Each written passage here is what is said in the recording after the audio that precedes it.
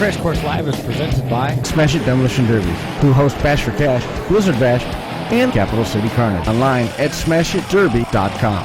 And Stirring Dirt Racing, hosts of Maymania's team show at the Golden Spike Arena in Ogden, Utah. Online at stirringdirtracing.com. Reckless Abandon Derby Apparel and Derby Inc. Magazine. This is the Crash Course Demolition Derby podcast, recorded live at the FingerLakes1.com studios in downtown Seneca Falls, New York. And now your host, Chris Marquardt. Good afternoon, good evening, and welcome to this edition of the Crash Course Demolition Derby podcast, episode number 325. On deck tonight, it is a packed show. The season has come to a close at Roaring Knob with Hardcore Derby Productions. We're going to be getting into that. River City Rampage was over the weekend. Case Barker got to run as Imperial. We'll touch on that stuff. We're going to be talking with Chris Quenzler, Don Santel, John Shipley. I'd like to say I'm spoiling the surprise, but they both won. Hard to believe. We'll get into that. We'll get into that a little bit, and then we're going to talk to Bobby Krouse. Bobby Krouse took home $1,000. Took home 1/5 of the total purse at the Crash Course Nationals, the RDP Beam NG Derby that we had over the weekend. Brian got the chance to run in that. And he said he even had a good time. And he doesn't generally say positive things with a smile.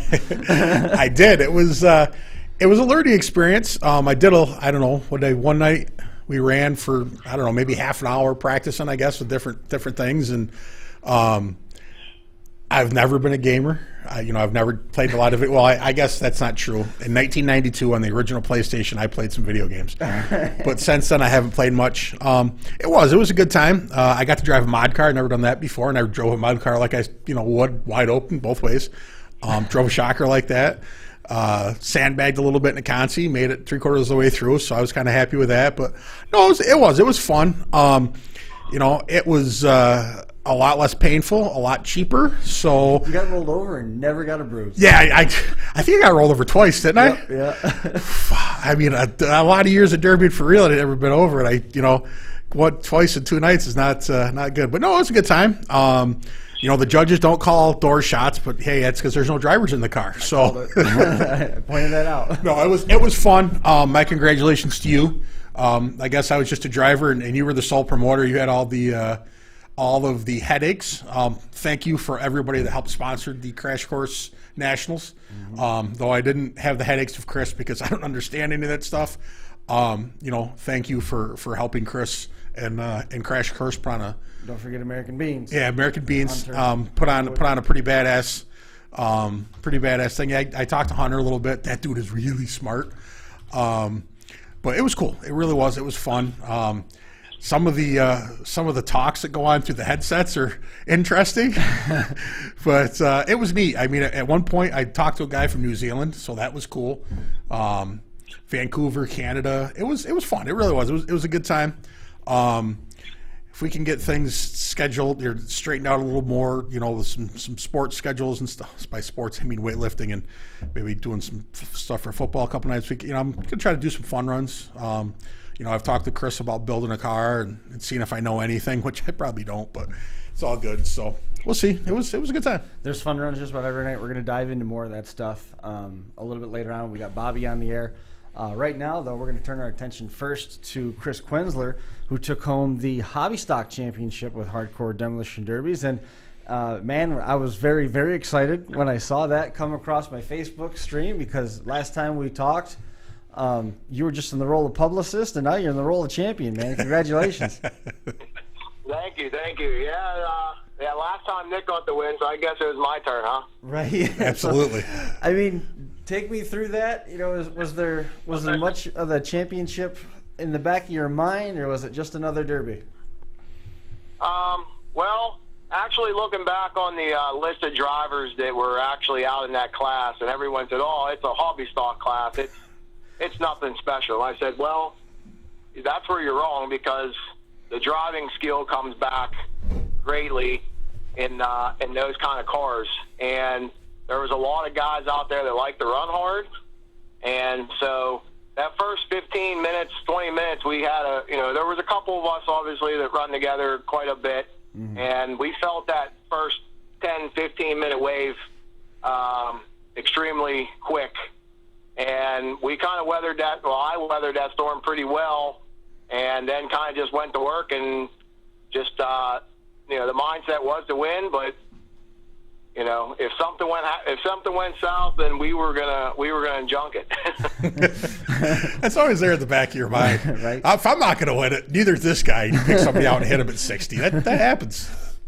Exactly, and I'm the one that gets hot-headed and not Nick. Well, Saturday was the other way around. Nick kind of cut her loose, and it was the first time he got to run his red line since he had it redone. So he said, I just felt like kind of cutting her loose a little bit, and he ended up junking quite a few people and made my life a little easier, I guess. That's great. So was there anybody that wasn't going to win in the event you ended up having to flip the switch? No, I don't really hold grudges like that. I mean, there was a lot of, like I said, there was a lot of quality builders and drivers in that particular championship, and Sure. I guess it just depended on who ticked me off in the first couple minutes is who it would have been, I guess. Right. So you got qualified for that and ended up going out and taking home the win. What are you going to do with that trophy? It looks like it's about 6.5 feet tall. Yeah, my wife, every time we get a big one, my wife keeps saying, where are we going to put that? And so I got to keep shuffling some around and make some space. Because actually this year, I also race motocross too when I have free time, And I actually won a Point Series championship in my class at a local track and that this year, and they have a banquet, and they usually give away about a 6-footer too. So she says, we're going to have to start downsizing because we're running out of room. So I just want to put it in perspective. That is a heck of a problem to have, that you are able to rotate the inventory of your 6-foot-plus trophies. Yeah, that's a good problem to have for sure. Take me through the feature itself. I mean, like you said, you were driving to win. Everybody else sort of wound things up. Was there any interval where you kind of looked around and said, "This is our salute"? Well, I mean, like I said, that first 10, 15 minutes was extremely fast-paced, and we actually did a lot of damage to the cars as a whole. And then after about that halfway point, I kind of looked around. I'm like, okay, I have enough that I can, if I'm smart now, I can be at the end, but. Jason Walker, who got second, had probably the best car at least 3/4 of the way through the Derby. And I knew he was going to be very, very hard to beat. And luckily enough, a couple other people must have seen that too and kind of worked on him a little bit and helped soften him up so I didn't have to do it all. Sure. But I mean, it was... like I said, it was very fast for the first 10, 15 minutes, and after that, it kind of calmed down a little bit, and then it became, you get settled in, and you just do what you need to do, and just stay out of the trouble. And that was basically it. I could still move good, steer good, and as long as the motor wasn't getting hot anytime that day, so I knew I had a chance.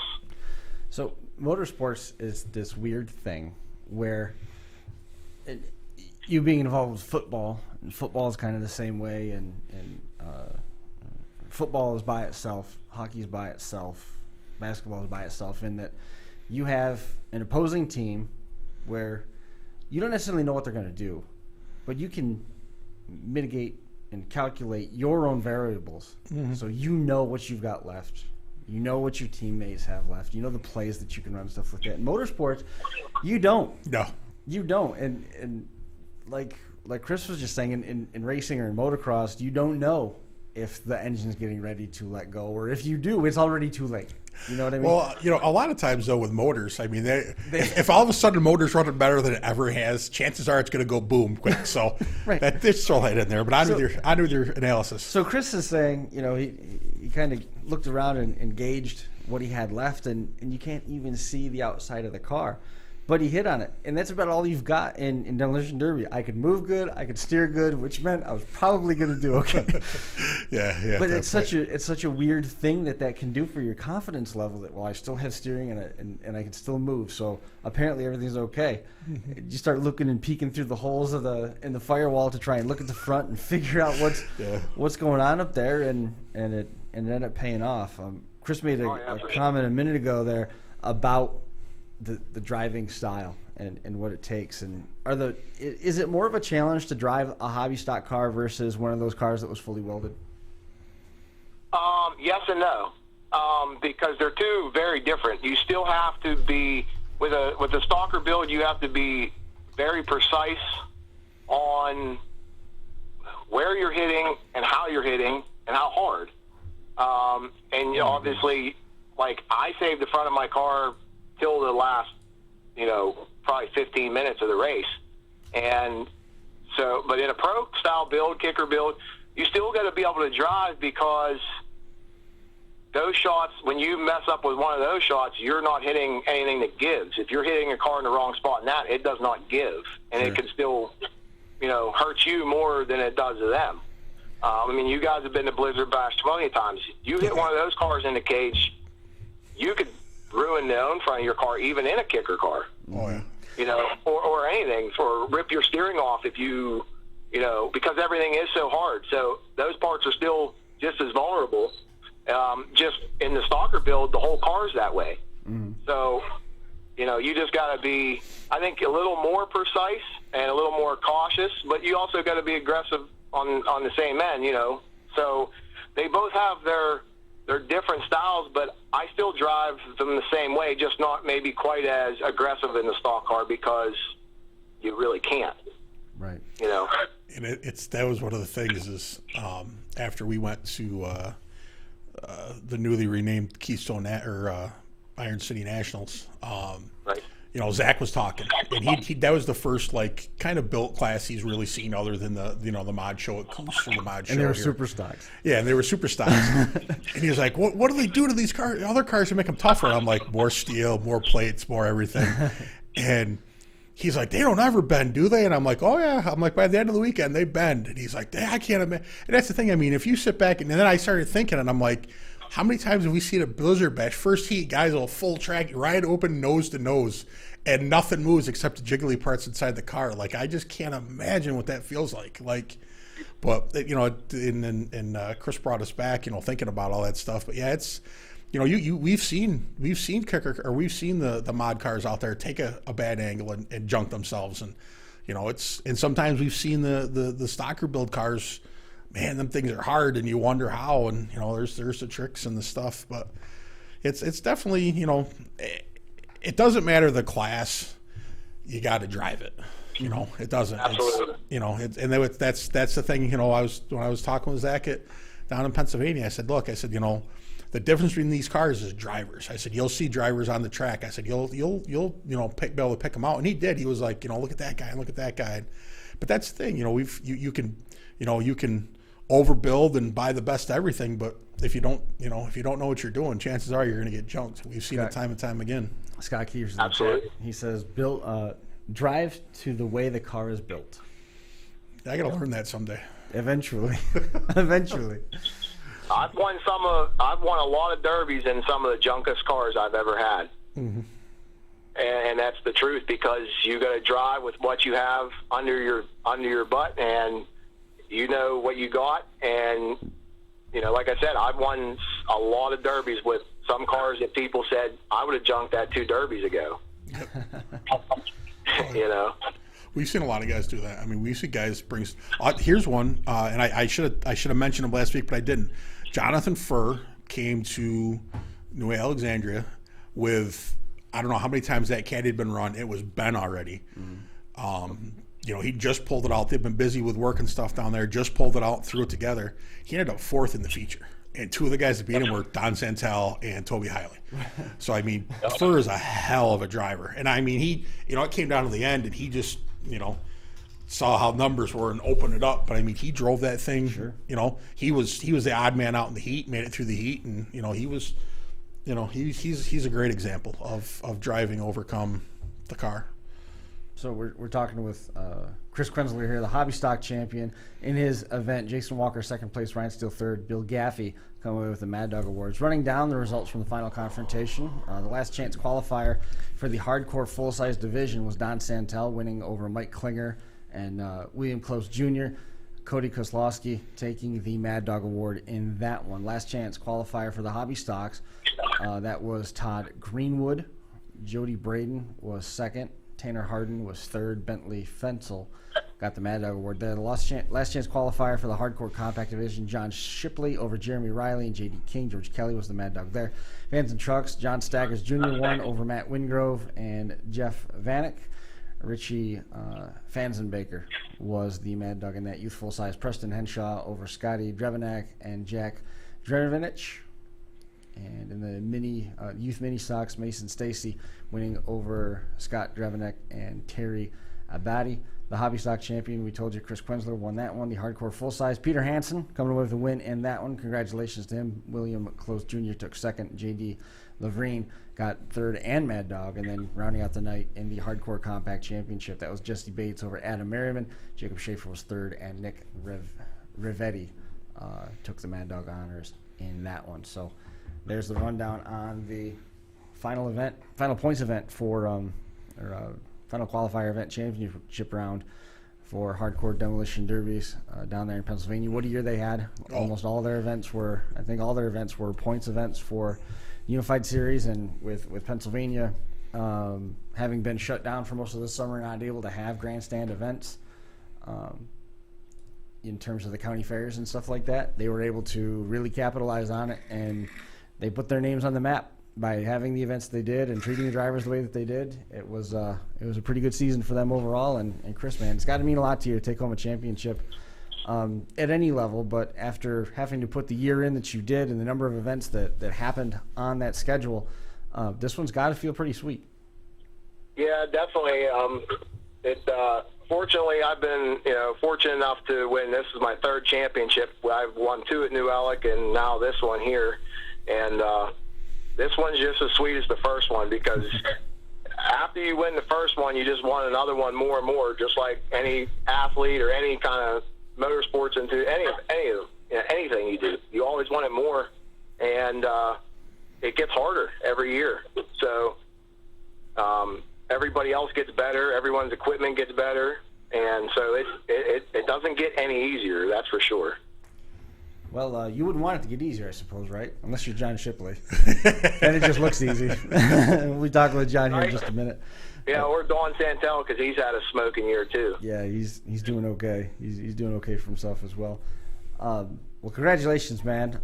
We're packed tonight, and right. we're juggling everything. But I wanted to make sure that we did reach out, man. Congratulations on the win. Make some room in the living room for that, and don't let any dust collect on it. That's right. I'll make sure we keep up on that one. Anybody that you want to make mention of before we let you go? Absolutely. I'd like to say thanks to my wife and kids especially. It's been a busy month and very little time spent inside the house. Mm-hmm. My brother, our best buddy Cuz, who helps us a lot on the cars. Daffy helped us a good bit on some cars, getting caught up on some stuff. And big shout out to Brent Johnson at Red Line Engines for building us the best motors we could buy. And Casey and Chance Smith for all the great stuff we got from Smith Metalworks this year. And the whole hardcore crew. They did an excellent job, and we can't wait for next year. Awesome. Well, again, congratulations, man. We look forward to hearing more. Are you going to run anywhere this year, or is that it? It's about hunting season. Inline bear season starts in 2 weeks, so that's where I'll be in the woods for the rest of the year. Nice. Awesome. Well, you enjoy it. You're in the break, man. Congratulations. Thank you guys very much. Thanks for having me again. You Have bet. a good one. We'll talk to you soon. All right, later. Bye now. It was Chris Quenzler. Oh, that was awesome. And Pete, man, we gotta make sure we recognize Pete. Grumpy old Pete came away with another win. He was smiling in the pictures. He got a pretty nice trophy out of that deal too. He did. Another blast from the past, and I don't believe he ever did come on. He wasn't really one much for interviews, but Eric Blom, former Blizzard Bash champion, came away with the win at River City Rampage. Didn't he win Capital City Carnage once too? You might be right there. Yes, because it came down to him and Chicken and Trey Ewer. And They were down off to our left, and Chicken got back to the wall, and Blom, I don't think he ever had to put water in it. No. Yeah, that was a good one. That was outstanding. And I think Eric was on the team when Brent It was either Brent Clemens' team with the Underdogs. Did you see he ran this weekend The too? year after with Daryl Monroe's team. Brent and I think. maybe his brother ran River City Rampage. Was it Barry? Might have been. 'Cause it was they're running for Brent's daughter, and that was the name of they had on their cars. So, Did anything change? mm, They just Still had, had Addie's name on it. yeah, still going through the process. Gully, Hackett, and I can't remember who else went to Big Diamond and ran Vans. Gully was third, I think. I don't know if Hackett won or Hackett was fourth. I don't remember. There's a picture. And, Case Barker. So Case took his first Imperial to a team show as a Army of One, Lone Wolf, and got second place. That's impressive. Nobody that you don't have to look out for anybody, right? No. You just focus on your Just own. point it and go, right? Yeah, and there was still quite a bit of car left, which was great. So we were real happy for him. He enjoyed his run in the Imperial. Now another guy who's got a legendary season coming together right now, John Shipley, picking up his 8th win of the year over the weekend, and now has a 6-point lead over Don Santel in the point standings. They say winning never gets old, John, and you keep doing it, so must be you enjoy it, right? Well, yeah, everybody likes winning, so. Well, I mean, tell me about this weekend, because last time we talked about how there were some cars out back and stuff was at the ready at almost any time. If anybody started getting too close, maybe you'd come back out. You've had some success here early in the summer, took a little bit of a break, now came back out. There was no ring rust whatsoever, and you got it back in victory lane. How's everything going for you? Well, the cars are not at the ready no more. I'm about out. I'm changing. Last week I changed 3 motors. Oh. Yeah, that's no exaggeration. But like I said, I run the same setup every time if I can. Mm-hmm. I change motors to run one of mine. Right. Because I don't trust just driving one off the street and then derbying it. No. Sure. I get that. So the Last Chance qualifiers had a full purse paid to them. So they went as a standalone points-paying feature. So that's where Don Santel got his 10 points for the weekend, where John got his 10 points, and it goes in the record book as a victory. So, again, John with 8 at this point. What's the rest of the season looking like? We're going to see you out there frequently, or just going to kind of wait until you need to come off the bench and remind them who John Shipley is? No, I'm off the bench. I'm in. Yeah, you're into the end? The wife said it's all or nothing. So I'm 9 winding cars as we speak. And I got to finish out the season because, there ain't no quitting. Don Santel, he ain't no quitter. He's after the same prize I'm after. Everybody is. Riley, all of them. They all want the big prize at the end. And I kind of messed up. I told people I'd officiate for them, and I set out some shows, and he caught me. Mm-hmm. And it's nothing against him by no means. He's doing his job. Sure. But I won't do that again. He's too close now. How many shows have you ran this year? I've won 8, and I got third place at the other one, so I've run 9 shows total. I've won 8 of them, and I placed 3rd. That's not bad. Yeah. No, and not to say anything, but I didn't expect this. Like I said, it all depends on. You got to be a driver, and you got to have luck. You got to have a good car. Yep. That's anybody and everywhere. Yep. And it ain't just one thing. Very true. Is there anything that you can attribute it to, aside of just being smart? I mean, and having luck falling your way? Have you ever had a year like this before? I mean, everybody goes out with the intention of winning, but even yourself with success like this, you said you're surprised. No, heck no. I never. You don't ever go out. You expect to win. You want to win. You have the drive to win. But it don't happen like this. I don't know what's changed. I know my driving style has changed. And I contribute that to Bobby Joe. She gets on me a lot. You know, use a dead car to hide around. You know, just don't leave yourself out there. If you got a shot coming, hide. Well, before I'd take the shot, and I'd want to get back at you. I'd want to get even. Mm-hmm. You know, that's not her style. Take the shot or hide and go win. Yep. So I changed a lot of my driving style. Whatever you've done, I'd keep doing it because you're not having a bad year. No, it's a damn good year. You know, I mean, I can't complain. How? No, but I never. Go ahead. Go ahead. No, you're good. Go on. What do you got? I didn't want to interrupt you. I thought we were coming to a stopping point. It sounded like everything John says is very good to listen to. Yeah. So I didn't want to cut him off there accidentally. But how tough is it to retrain yourself to drive? I mean, you've gone through a couple of the car accidents when we talked with you once before. You told us about your history there and facing some adversity just to get back in the car alone. Is it tough to retrain yourself to drive? The front-wheel drives, yes. I used to run trucks, mm-hmm. and you could be wide open and not, you know, and just hold it to the wood the whole time and just destroy stuff on the track. These front-wheel drives, you got to pick and choose. Like I told you in the first time we talked.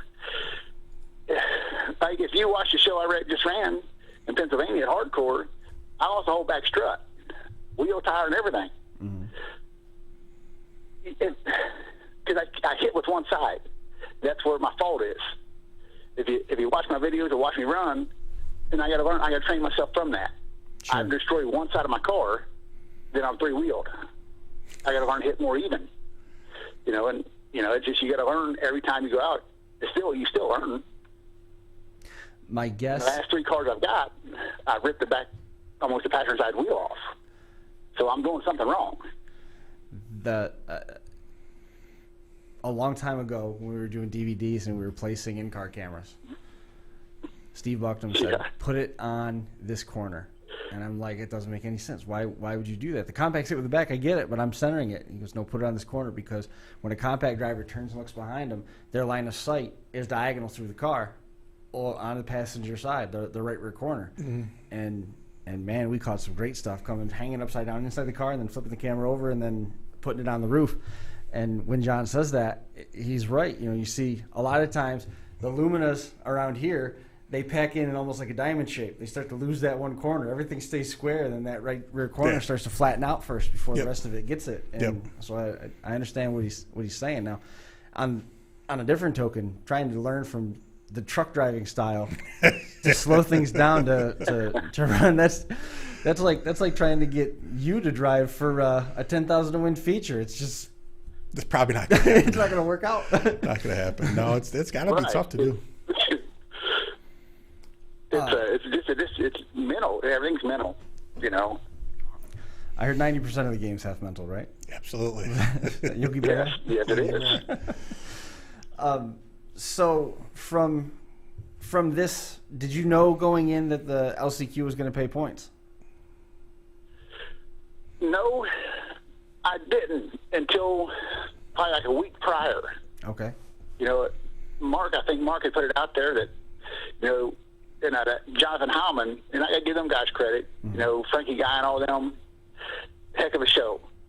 And they made it possible for me to get points, because if not, Don, you'd be talking to Don Santel right now, you know, theoretically, because he just took over the lead and kept it. Right. So I had to do something. I can't, like I said, I can't sit no more out. I got comfortable, you know, and there ain't no quitting his game, so I got to match him now step for step.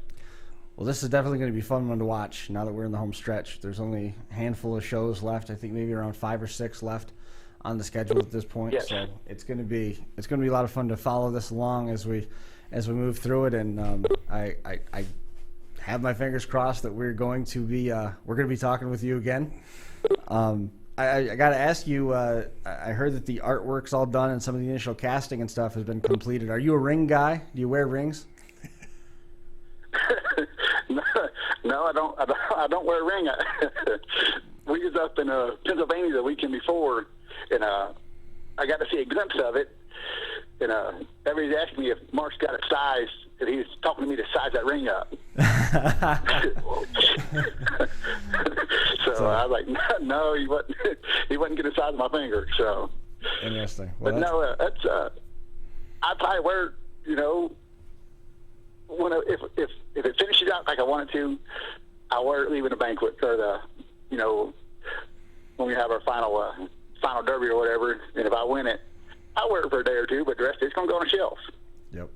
Right next to the other trophies. It's going to be a heck of a trophy to have. Yeah, it's awesome. The championship belts are cool. The big trophies are neat, but that ring is going to be something. Yeah, very cool.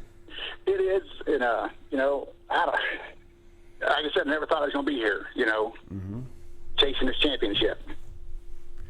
You know, like I said, I just went out to help somebody, and here I stand. You know. Yep, for sure. Well, not just chasing the championship right now, leading the championship point chase.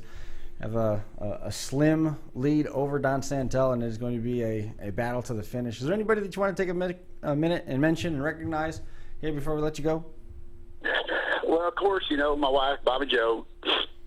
I can't do much without J.D. King. You know, he's been my right-hand man all along. Sometimes he gets called out for work. He can't make it. You know, and other times he makes it. He drove all the way to Pennsylvania for me to, you know, help me win. And, of course, Jeremy Riley. You know, everybody thought we was rivals there for a while, but, you know, you get two compact guys trying to go after the same thing, you got to help each other. Right on. Yep. So that's my shout-outs to J.D. King and Jeremy Riley. Awesome. Well, John, I wish you the best of luck as you go forward, man. Good luck, and let us know how things are going. Hopefully you can restock the rest of the stash, and you got enough cars to finish the year. Yeah, right. I appreciate it, guys. Thank you. You bet, John. We'll see you later. Yep, bye. There goes John Shipley. We didn't rush through that one too fast, trying to get back on schedule. So we'll give you a peek at what the points look like right now here before we shift gears to Don Santel. Unified Points Series has only a handful of derbies left. Two of them coming up on the 3rd of October. Smash's Courthouse Crash in Washington Courthouse, Ohio, and Junkett's Gaston Fall Show in Gaston, Indiana, both on the 3rd. And then two of them on the 10th. NDDA Top Dogs Bluegrass Bash in Louisville, Kentucky, and then Rouse Promotion, the Spring Show in Connorsville, got relocated because of the COVID pandemic. That's now going to be on the 10th of October. The penultimate weekend is going to be Wicked Derby's Team Show in Evansville, Indiana, and then the final event of the schedule is November 28th and 29th, Coke Promotions Turkey Derby in Portland, Indiana, and it's potentially going to be the start of the next year with Coke Promotions down in Daytona, about a month and a half removed from when the last one happened. So the dust will have barely settled on 2020. John Shipley out in front in the point standings, 86 markers to his credit. Don Santel next with 80. Jeremy Riley, 62 points. Matt Wingrove with 50. Travis Pennick with 40. Jesse Bates next in 6th with 36. Two drivers tied at 7th place, 34 points apiece for William Close and Nick King. And then three drivers tied for 9th, 30 points each for them. Rick Furster, Jack Jernovich, and Richard Davis in the three-way tie there for the 9th spot. And all of those drivers do have 30 points to their credit back there in 9th place. So next up, let's do this here while we're making the stop. Jeffy's Fab Farm, we heard him referenced. You were talking with Matt Stambaugh about the engines, Brian, when you finally met up with everybody. Yes. Matt Stambaugh working on the engines. Yes. Jeffy's Fab Farm, they're known for their LS conversion components, and they earned major Derby credentials with their various header offerings. They're recognized as an industry leader in all manner of fabrication needs. They just released this summer the Camry engine mount, the 4-cylinder Camry engine mount, and headers for the 1.8 liter and 2.0 Hyundai Elantra. The store offers bumper-to-bumper selection, including fuel and air parts, suspension and transmission items, steering components, pedals, shifters, switches, and gauges. If you need it, it's on the farm, online, jeffysfabfarm.com. Smith Metalworks was also part of the action this weekend. Smith Metalworks is an all-purpose fab shop that has taken the Northeast by storm. Smith Metalworks features more than 40 years of combined metalworking experience. The hallmark of their product line is the pointed and flat front bumpers, replicating popular factory releases. They can be stuffed or ran hollow. There's also a compact version of the pointed bumper.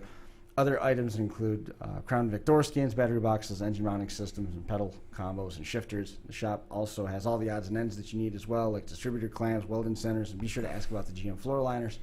They have in-person locations for pickup in Mercer, Uniontown, and Bethlehem. There's no derbies left for you to pick stuff up down at Roaring Knob, so you're going to have it shipped, or you can pick it up at those locations. Visit smithweddleworks.info for additional details, experience, and passion, second to none. Capital City Carnage is coming up in the spring. We're looking forward to that. That's going to be run concurrent in the undercard, I guess you will. Well, now there's some more shuffling going on. Blizzard Bash 2.0 is definitely going to be in March. But Blizzard Bash 2.0 is definitely going to be in March. Smash It Demolition Derbies. There's a lot of different scenarios. Yeah, and right now we are probably about 6 to 8 weeks away from starting our Bash for Cash campaign. So we got to start. So that tells you where we're at in the schedule. It's just everything is so stacked up and loaded up. But jump online, smashitderbies.com. Smash It does have a couple derbies left. We can tell you about the Courthouse Crash in Washington Courthouse, Ohio. 2-man pro stock teams, full-size street stocks, mini street stocks, full-size mods, the street stock minivan, truck, and SUV rules, also part of that program. And then their fall cleanup show is October the 24th. Pro stocks, the modifieds, trucks, street stock full-size, street stock compact, stock minivan, truck, and SUV class, and then the Smash It compacts and Power Wheels. If you bring it, they will find a place for you to run it. If there's no place for you to run it, you can either cut it or weld more stuff on it. Online, smashitderby.com. So we ran through all that stuff and got that done. So that's taken care of. Now let's see if we can do this without that started. what was you said once during that interview or 2 interviews ago? What happened over there? I don't know. What happened? You jumped in. Oh, yes. If you didn't notice it, I'm not bringing it up. All right, don't worry about it. It was we had to take care of something that was on screen. I had transposed a couple letters and had to fix it. You were an English major too. I know, right? Yeah. Let's see. Marty Seeger checking in with all the trophies he's getting. He's going to have to build a shed for all the trophies. Elijah Gadd checking in. Jim Coffey tuning in as well. Marty Seeger. Hey, there's Don Santel. Don, let me put you in. How's it going, guys? What's going on, Don? We're doing all right. How about yourself? How are you guys doing? Good. How about you? I'm doing okay, I guess. It's a Monday. Okay at best, huh? Okay at best, yeah. Is everything all right? Yeah, everything's good. It just been a long couple weeks going to Pennsylvania. Who knew that the summer of no derbies could feel so long, right? Hey, I can't believe I derbied it all this summer, to be honest with you. Mm-hmm. After we laid an egg in Vegas, I was ready to quit for the year. Sure. And then COVID helped you out with a lot of that around home, but Pennsylvania gave you a couple opportunities. Now here we are looking at 7 wins on the season and only 6 points behind. John Shipley trying to chase that top spot, and it's going to be a dogfight the rest of the way. Yeah, I guess. It'd be a lot of sleepless nights. Are you planning on, or are you entered into all of the shows the rest of the way? In some way? I mean, the ones with double dates, obviously, you can't run them both, but... I'm entered, I guess I'm entered into some of them. I don't know. I know I'm not entered into all of them. I understand that all of them is a stretch because there's 2 on the 3rd and there's 2 on the 10th, so it's kind of a silly way to ask that question, but right. I understand what you're saying. So, you said that you didn't even know if you were going to be able to... We're going to derby this year if you're going to hang it up for the summer and just regroup. What's it take to get the confidence back up in yourself when you've got everybody on the outside that doesn't know you personally, looks at you as an absolute legend and icon in the sport with everything on your resume? They're looking at it saying, how can Don Santel even remotely question himself? How do you get back in the saddle and build the confidence back up to run? Oh, there was a little pest that works at my shop too. She's about 5'3" and she's got black hair, and she wanted to run the team show at Spring Explosion. Uh-huh. And when she gets something in her head, I have to help her, and she makes me do it. So with her help and drive and determination, when she wants to do something, we do it. And I mean, she drove me to Pennsylvania last weekend. I slept in the back of the truck because I was tired. So, I mean, with help like that, how can you not do it? Right. I saw before the Nationals, I went over and talked to Don, introduced him to my son, and Don looked pretty tired there. He looked like he'd been in a lot of hours in the shop and not a lot of sleep, and that turned out all right for you. I mean, you had to haul a little extra home with that heavy check you had to take home with you, but I mean that turned out all right. And then another one this weekend. I mean, you keep getting these nice paydays, and it makes up for that not sleeping, right? Yeah, I guess. I don't know. This week was pretty tough after Keystone. It was a miserable week, and then to go right back out there, it was like I said, Jody drove the whole way out there, and I don't know. I would have made it if I had to go by myself. I don't know that I could have drove that drive. She helped me finish up the car, loaded the trailer, and we left here Friday night again at 10 o'clock, and then drove straight to the track. Unload. We took 2 cars because I wanted to maximize the chances of getting points, and we had an extra car. And just so happens you could run the last chance qualifier too. So I ran both last chance qualifiers, and I won 10 points in the first one, and then I let her drive in the second one because I couldn't score any more points, and I figured she'd do just as good as me. So she went out there and got second in the second one. Nice. Not a bad weekend. No, it's not a bad weekend. But those hours are absurd. Yeah, without a doubt. That's crazy. Because on your trip in, you lose an hour, right? Yep, absolutely. Yeah, you cross over the time zone. So 10 o'clock becomes 11 o'clock, just like that. Yeah, but you gain it back on the way home. Yeah, but it doesn't feel any better. I was just going to say, do you at all feel like you gained that hour back yet? No. We stopped right on the timeline on the way back, and they call it fast time and slow time, and I can't imagine living right there where you go 5 miles and it changes an hour. Yeah, Jeepers. That's crazy. So tell me about the run itself. Running early on, the LCQ certainly had some familiar faces to contend with. Mike Klinger was right there, duking it out, got second place in that run. Obviously bringing 2 cars, the points are on your mind, and with entries already logged for the rest of the way, you're thinking big picture with the points championship. John Shipley's had a great year so far. Tell me about that LCQ. Well, I ran the LCQ, and Klinger's out there. Oh my God! I mean, he's a tough competitor, and his motor runs great, and his car is hard as a rock, and I don't know. I just assume stay away from wherever he's running. He's a handful. God, this Cadillac ran great, and he drives it like a maniac, and man, is he I don't know. He's just impressive to me. One of the most impressive guys I've seen here lately. That's a pretty nice compliment right there. Yep, that's a pretty good compliment. It's good to hear. Frankie Guy said that you're now receiving mail sent to a Pennsylvania address. I'm not. It's been a really nice, and Frankie Guy and Justin and Charlie and Jonathan have all been awesome people. One of the coolest 4 guys that promote derbies I've got to go run for, and I guess it would have been, if nothing else, it was a treat getting to go run for Frankie Guy and them guys more than anything, because I probably would have never ran for them guys if it wasn't for the points. Mm-hmm. But, because you'd never been to Pennsylvania before, but now you've been there 4 or 5 times? About 5 times, yeah. 5 trips, 10 hours.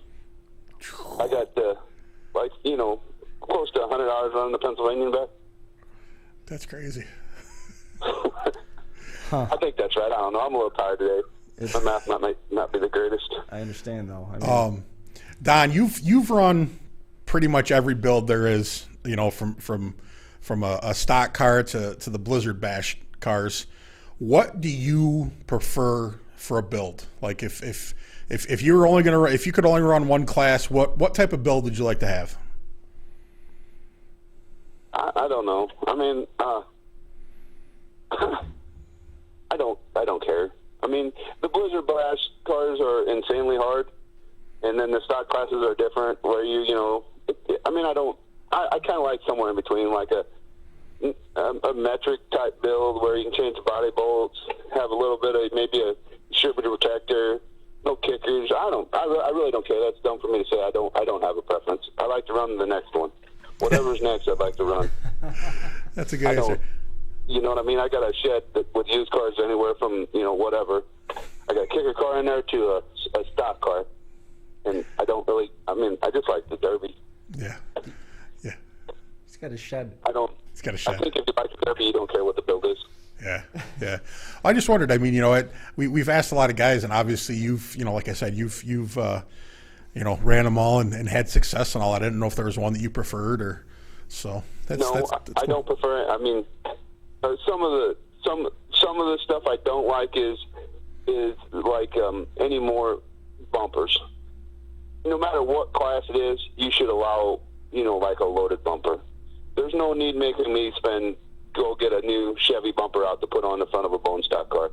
Let me put a little bit of a loaded one or a aftermarket one, because that's not going to make or break the car in my mind. No. And it's just dumb having to waste some of that stuff that is irreplaceable. Absolutely. I mean, that was, I was more than happy to buy the Smith Metal Works bumper and put a little steel in there, and that's going to last me a while. So I completely agree with that. I would like to see more places, and even for on a lighter build. Obviously, I'm nowhere near the builder, but I mean on a lighter build, if you don't want to let guys, stuff them, that's fine. Just let them run the aftermarket bumper. I mean, it's it's a nice piece. I completely agree with that, because it's insane what people are getting for bumpers and have to pay for bumpers nowadays. I mean, they are. Who would have ever thought that there's guys paying more for bumpers now than I used to pay for cars? That's just insane. Exactly, and I mean, I'm a fan. Like even if you got pay a little bit for a bumper and it lasts a lot of runs, that's great. Hey, that ain't hurting nothing. That's not taking away anything. You know what I mean? Yep. Definitely. But yeah, I don't know. That's the only kind of things I see. Like simple things like that. That don't really make a difference in the car. And I understand the protector. Some places run protectors, some places don't. Mm-hmm. I understand that, because if you get a training protector in there, it strengthens the car, no doubt about it. So if you don't allow training protectors, I'm fine with that. But just bumpers, tires, stuff that really don't make any difference in the strength of the car. Yeah, I agree. Yeah, I think that you'd be able to get a lot more people involved at the stock level if they didn't have a lot of the builders that we've seen leave the sport, who talk about price. Usually shortly after that, they talk about the cost of bumpers. Yeah, absolutely. And just by letting the aftermarket bumpers, and there's a bunch of them out there. Darren Brown makes bumpers. Mm-hmm. Everybody makes them, and you can almost buy. I think my last ski bumper, I got a '74 ski bumper that was on front of my hardcore car. I don't know. Jason gave it to me for $600. I mean, it's hard. It's $350 for a '76 fresh or a '74 fresh. So I mean, you got a done loaded bumper that's ready to go, but and you get to use it more than once. Right. For sure. If you use any of these stock bumpers on a fresh car, you're running one run. Yep. Right. Absolutely. Yeah, and you can get the bumper like what you have from Smith Metal Works, and mm-hmm. there's Gage Sumner had the Amish built bumpers. Yep. They're out there, and like Don was getting to, for $600, you can buy one bumper, and it's going to be around for a while. Yeah. Yeah. Versus one of these things where you're paying, we've seen some astronomical prices on I remember bumpers. the first time you and I went to Utah, somebody sold a New Yorker bumper that day at that Derby for $750. Mm-hmm. Mm-hmm. I almost fell out of my chair. Like, I was just amazed when I heard that. That's insanity. Yeah, it's no joke. That's the only thing I disagree with some of these stocker builds is when they make you go back to some of the stuff that. Yes, we're doing stock, but we're past that point in life. We got to realize we're doing stock, but we need to incorporate, like the Smith Metal Works bumper or whoever's bumper. Yeah, and that's I'd bought 2 years ago. Well, when Wayne Ellison Jr. was going out of selling everything, I bought some bumpers from him. I mean, like one of them you could have put on a show car. It was that nice. Sure. And I paid what the going price was. Hey, Jody. And I figured. But then I think Jeremy changed his rules to where you could run the Smith Metal Works, I sold them back to him because I'm like, that's not gonna last me. I knew I would. I've junked Chevy bumpers, beautiful Chevy bumpers. So I bought the Smith Metalworks because it was cheaper, more Right, cost effective. exactly. Right. So yeah, I mean, I think that if you want a stock appearing bumper, I don't think there's any shame in allowing a piece of box in the front and just putting a skin on it. Put the tin on the outside and call it good. Yep.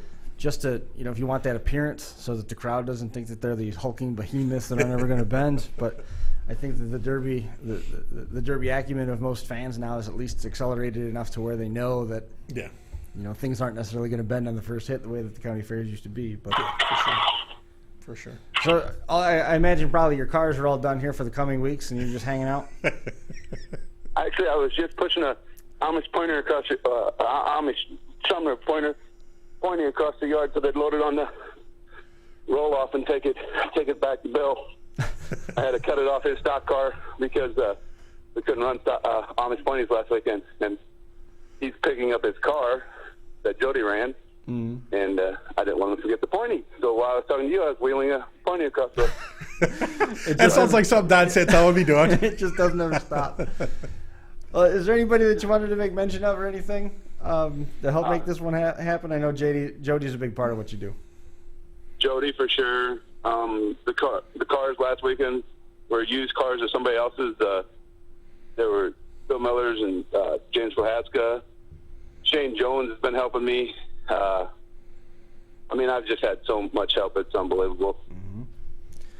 Well, I'm glad that that help is out there, and hopefully that help keeps coming. And we'll be talking with you in the coming weeks as well as you and John battle it out the rest of the way. All right. Well, we'll see what we can do. I don't. He's pretty tough in them compacts, so I don't know. You're pretty tough for those full size too, Don. Burns out here. well, hopefully it doesn't burn out until after the end of November. Okay. All right, man. You take care. I appreciate your time tonight. We'll see you soon. Yeah. You guys have a good night. See you, Don. Bye. Don Santel. Shifting gears, we Vito Raymer is hanging out in the chat tonight. Marty Sager's hanging out there. Scott Brown just made it. He had a conversation with Joker a couple days ago, recently. Well, I assume it was recently. It might not have been that recent. But Scott was telling him how he loves the metric GMs and likes the stock builds. And I got to trust that if he could, Joker would have just slapped him right in the head.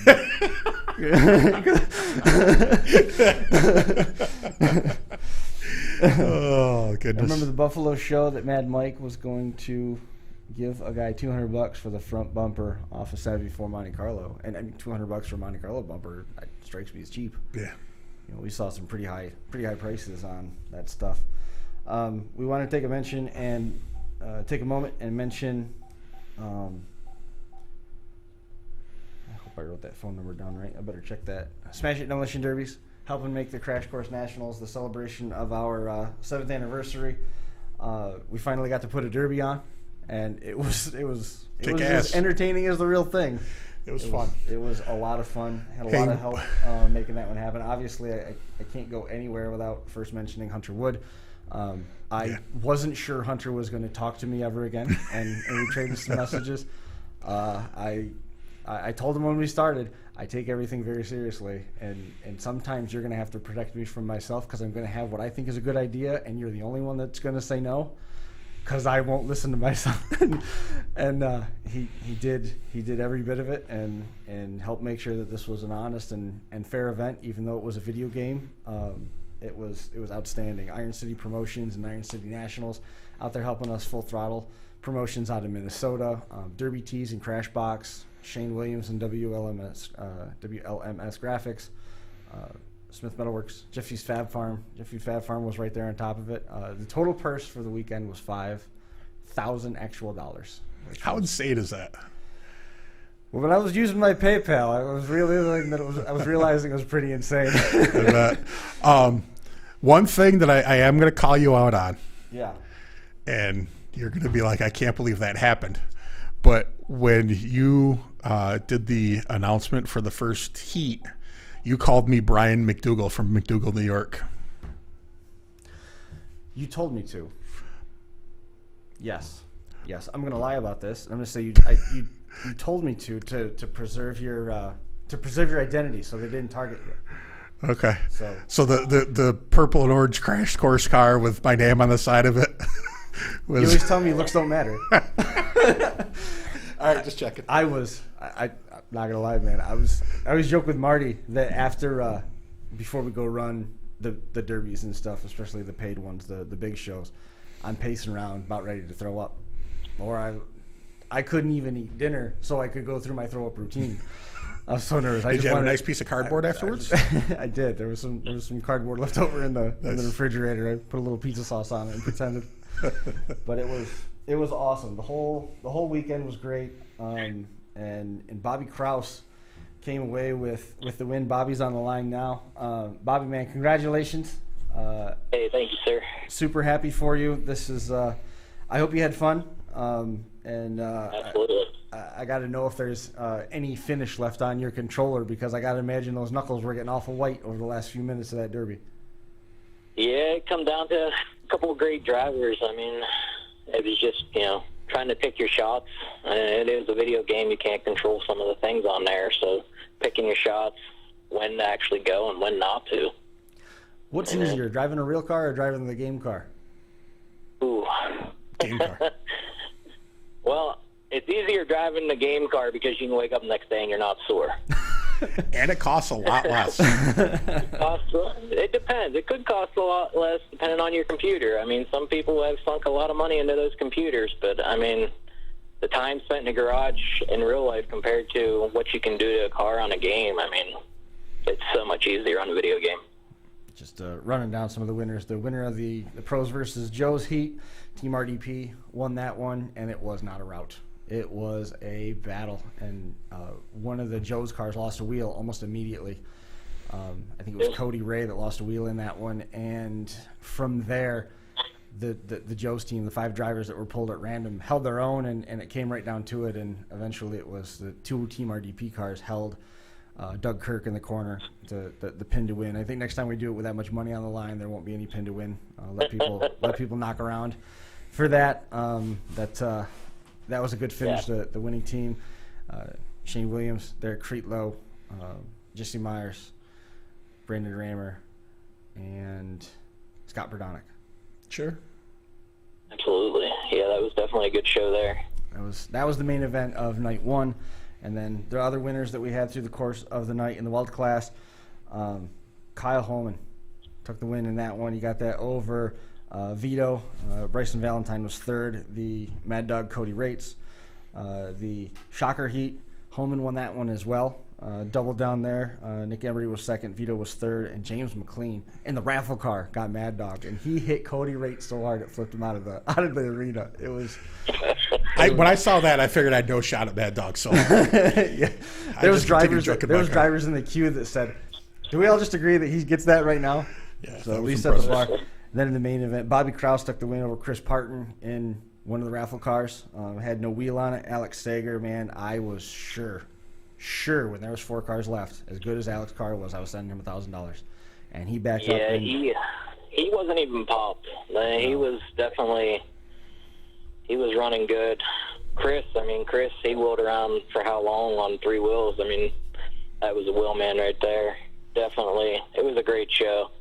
I practiced with my wagon for a month and a half.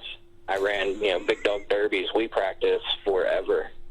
And I just couldn't get my wagon right. So got to talking with Colin Walker there, and he's like, run a bubble. He's like, you won't go wrong. And I'll tell you what, he was definitely right, man. That bubble, he helped me out with it, and that thing was perfect. Krouse I was nervous for a while.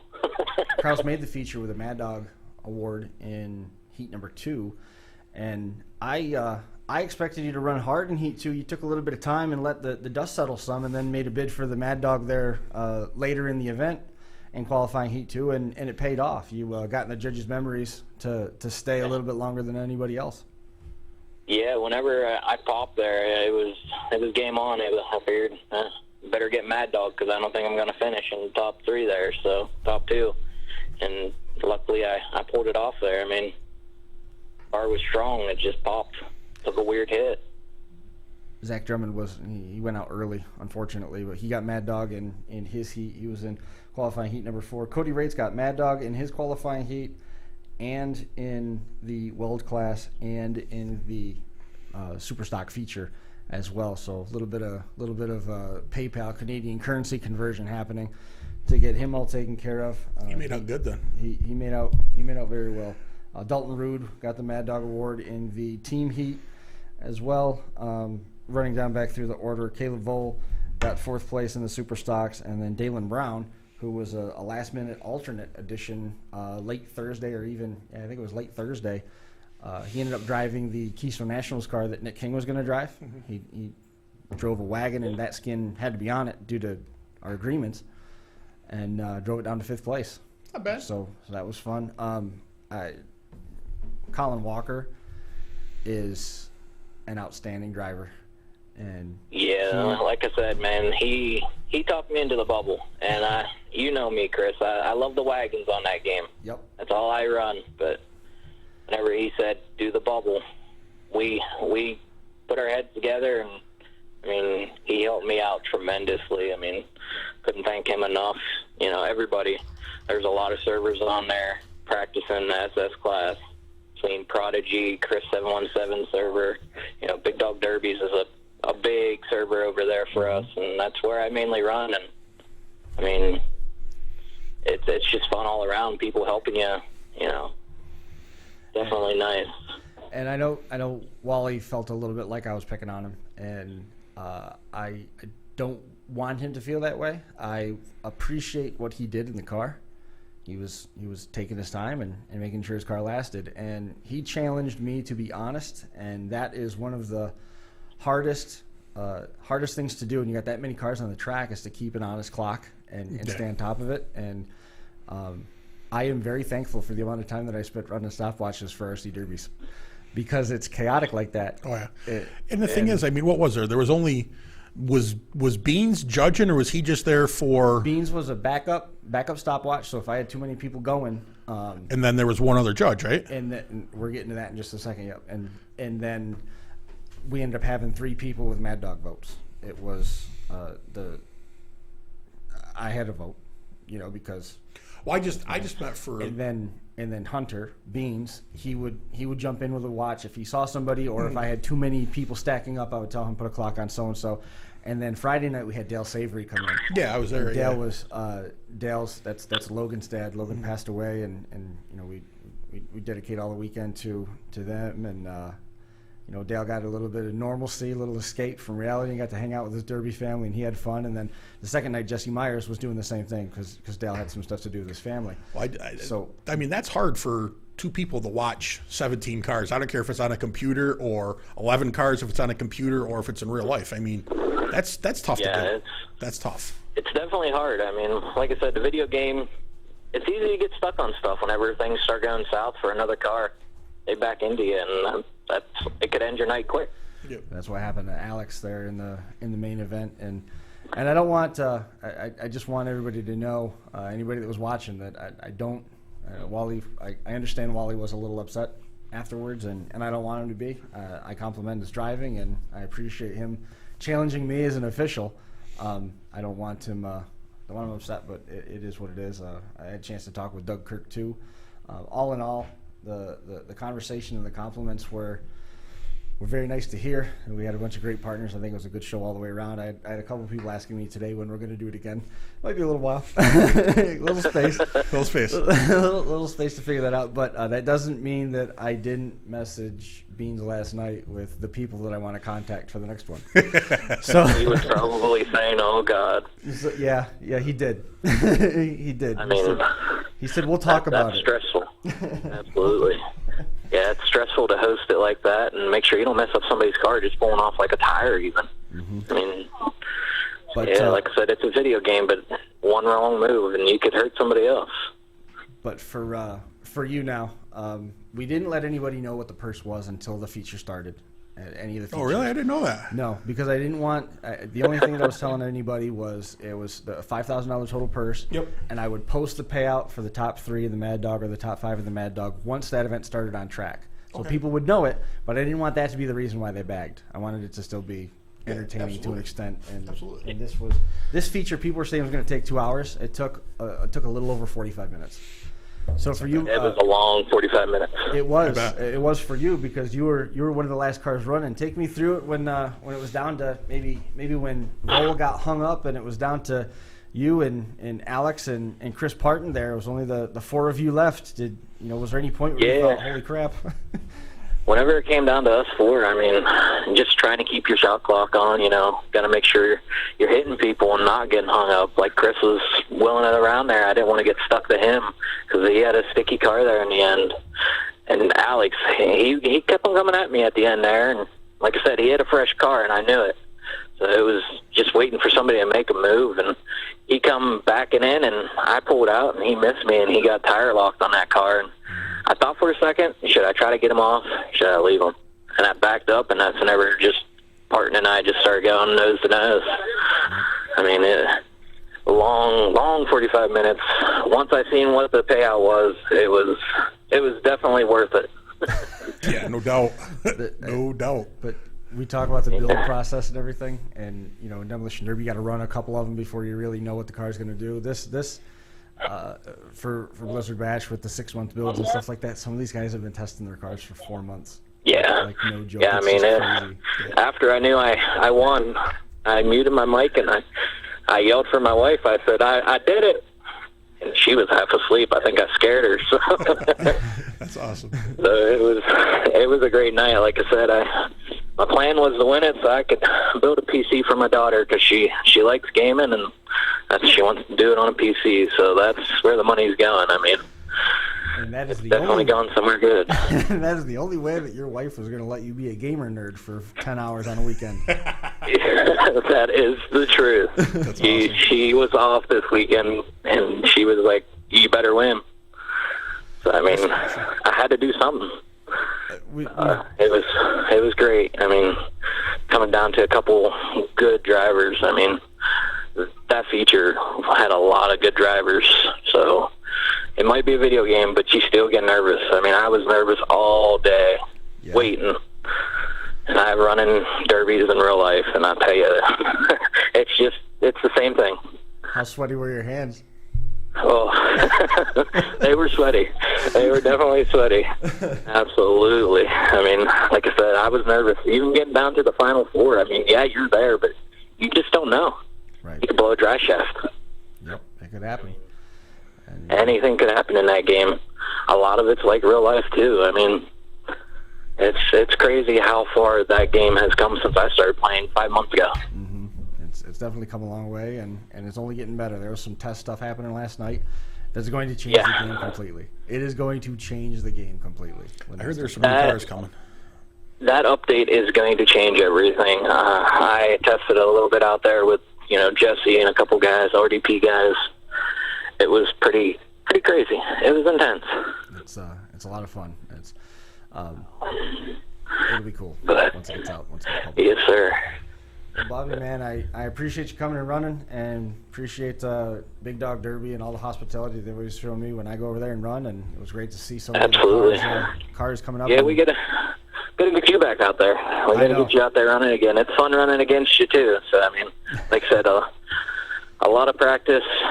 You get a group of guys. Big Dog Derby took me in, and I mean they helped me out a lot. So I appreciate them. Appreciate you guys putting on the show. It was a great show. Well, hopefully the ones in the future are just as good. Because now that it's been so good, no reason to do anymore. We're done. What it done? Thank you very much. Bobby, is there anybody else you want to make mention of? Like, I don't know, like Hewlett Packard or PlayStation? Well, the Xbox, I mean, the controller, that's what I use was the Xbox controller. I mean, I have my PC guy that, something goes wrong with my PC, I call him up. Hey, this happened. He lives an hour away from me. He's like, if I can't fix it over the phone, there's something wrong with it. I mean, he helped me out getting it going. He's building my new one here, so... Awesome. And I mean, I just thank you guys for throwing this show. Like I said, Big Dog Derbies. I know Andrew Christensen on his server as well. Mm-hmm. We ran a couple Prodigy. I mean, the biggest one I need to thank is definitely Wally. Wally talked me into that bubble. I mean, if it wasn't for that, I don't know what would happen in my wagon.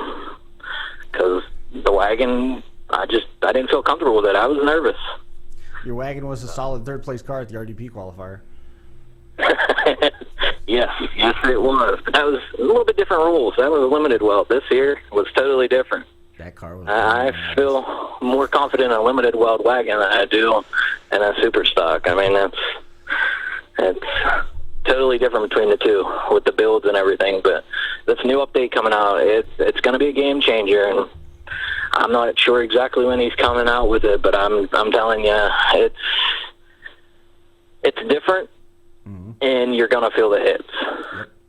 Yep. It's going to add another degree of realism. Again, it's a simulator, not a game. That's awesome. Right. So. Well, Bobby, man, I appreciate you coming on. Congratulations. Enjoy it, and I can't wait to know when that computer gets all done for your kids, so maybe she can get on there and play with us too. Oh, absolutely. I will definitely let you guys know, and I'll try to get her on there. So I appreciate you guys again, and thanks for letting me get on here, and I appreciate it. You bet, man. We'll talk soon. Yep, take it easy. See you now.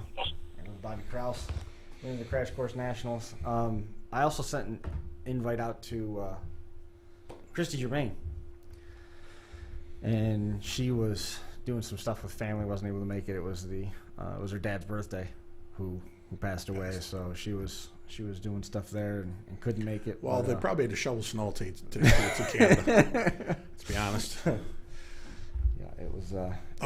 Real quick before we're done, I just want to thank everybody. Chris for getting me set up with the computer and stuff over the internet. That was, I'm sure, a pain in the ass for Chris. Dealing with me because remember, I didn't. Didn't what? I threw in the towel and called in the experts. Right. I was going to get there. Okay. All right. I'm sorry. Go ahead. Chris started it and got me to a point. And then I want to thank Beans, Hunter. He did a bunch of stuff. Really, really helped me out a lot. And then Pops Sager, he ran a night of practice derbies for me.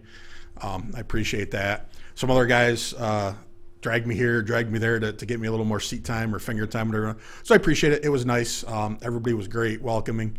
Gonna at some point get back in and run some more for fun derbies. But it was cool. It's definitely gonna be something fun to do during the winter months, and looking forward to it. Maybe I can even get Chris on the track and hit him at 3. I really was surprised in the Shockers that you didn't take off early. Well, I guess I spoke too soon because I figure I want to nose out. I would have nosed out in the mod class, but I had a wagon and the guy that lined me up put me nose in, so it is whatever. But if my plan was to drive somebody and put their springs right up through their speaker deck first shot, but then everybody nosed out, so I figured I'd try to save it for a minute, and then that didn't go very good. And I was doing all right. I was making a lot of good hits, and then whatchamacallit sent the guy out of the ballpark, and I'm like, yeah, I got no shots. James were clean. Yeah, so I just James was a weapon out there. But no, it was a blast. I loved it. I will be back at it. But you guys got to do it earlier tonight, man. You guys don't want to go at like midnight.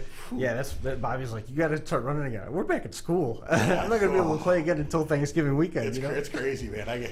I'm not as young as I used to be. Going to bed at 1 o'clock in the morning and get up at 6:15 hurts. They start at like 8, 9 o'clock at night and go straight until like 6 a.m. Yeah, it's insane. It's like I'll get up and I'll have all these alerts from Discord. It's like, just go to bed.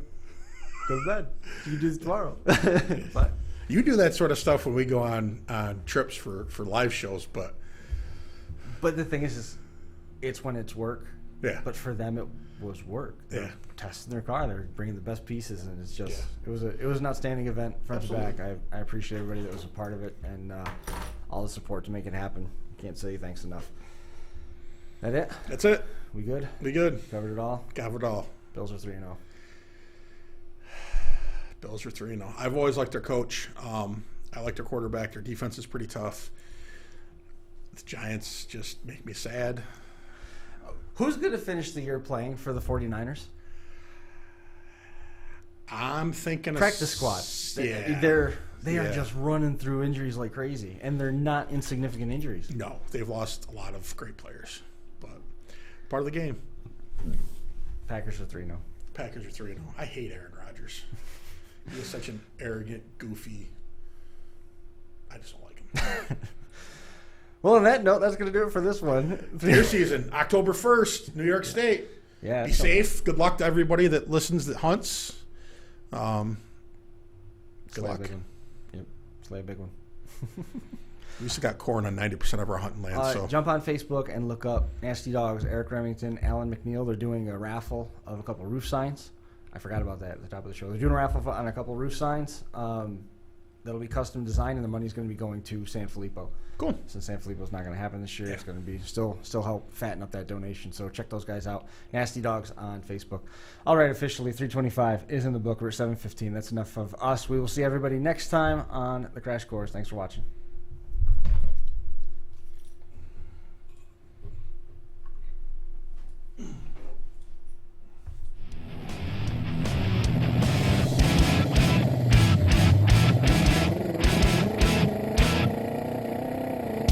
The Crash Course Live is presented by Smash It Demolition Derby, who host Bash for Cash, Blizzard Bash, and Capital City Carnage. Online at smashitderby.com. And Stirring Dirt Racing, hosts of May Mania's team show at the Golden Spike Arena in Ogden, Utah. Online at stirringdirtracing.com. Reckless Abandon Derby Apparel, and Derby Inc. Magazine. This is the Crash Course Demolition Derby podcast, recorded live at the FingerLinks1.com studios in downtown Seneca Falls, New York.